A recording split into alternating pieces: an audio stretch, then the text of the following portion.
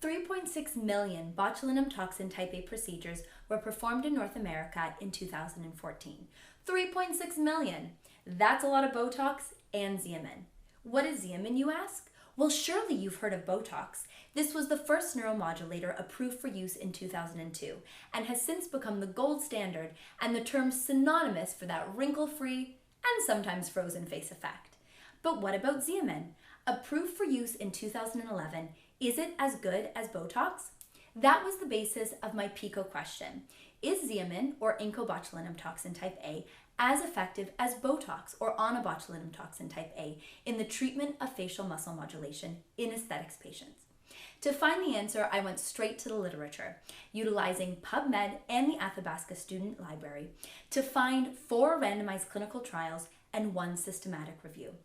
These were critically appraised using the Critical Appraisal Skills Program checklist, and what the research literature showed me was that there was no statistical significance between Botox and Xeomin in terms of onset of action, efficacy, and duration, meaning that Botox and Xeomin were the same. But what does this actually mean for the patient population? Remember that big number, 3.6 million procedures? That translates into a lot of money. On average, Botox costs the patient $12 a unit, while Xeomin costs the patient $9 a unit. By switching to Xeomin, I can make the procedure much more accessible and affordable to the larger patient population. To do this, I propose 2 interventions. The first is an educational seminar day focused on clinicians, which would include a review of the current research and literature, a presentation by the Xeomin clinical representative, as well as a clinician currently using Xeomin in their practice.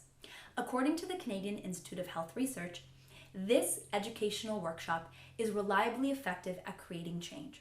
Additionally, clinicians would have the opportunity to practice Xeomin on a patient model, which has the same injection technique and dosage as Botox. This helps to reduce one of the barriers, as noted by the Canadian Institute of Health Research, innovation or practice change, and increases the efficacy that clinicians have in terms of using Xeomin.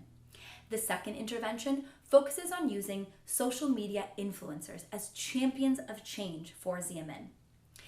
Medical aesthetics is uniquely placed to be heavily influenced by social media, such as YouTube, Facebook, and Instagram. Utilizing social media influencers to film their Xeomin treatments and be champions of Xeomin allows the online content to be available for patients when sourcing information. Research shows that these online platforms are the preferred way that patients source information when they're trying to make a choice between Botox and Xeomin.